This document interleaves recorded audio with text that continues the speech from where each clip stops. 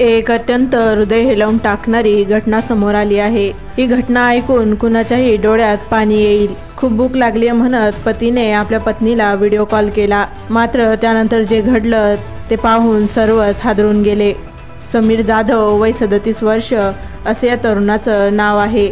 वरळीतील Worli BBD चाळ येथे 74 क्रमांकाच्या इमारतीत कॉन्स्टेबल जाधव हे त्यांची पत्नी व त्यांच्या 3 मुलींसह राहत होते। जाधव हे दत्त जयंतीसाठी रत्नागिरीतील मडणगड येथील गावी जाणार होते।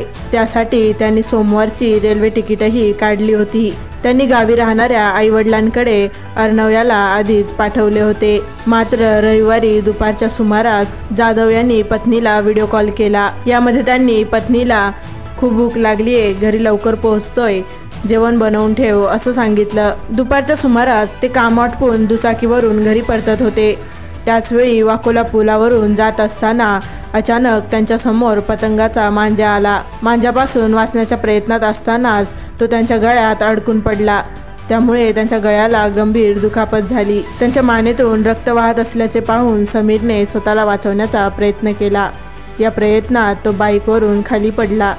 तिथून जात असलेल्या एका वाहन चालकाने हा संपूर्ण प्रकार पाहताच याबद्दल तात्काळ पोलिसांना माहिती दिली। गंभीर जखमी झालेल्या जाधव यांना सायन रुग्णालयात नेण्यात आले, मात्र रुग्णालयात दाखल करण्यापूर्वीच त्यांचा मृत्यू झाला। जाधव यांच्या खिशात सापडलेल्या ओळखपत्रावरून त्यांची ओळख पटली।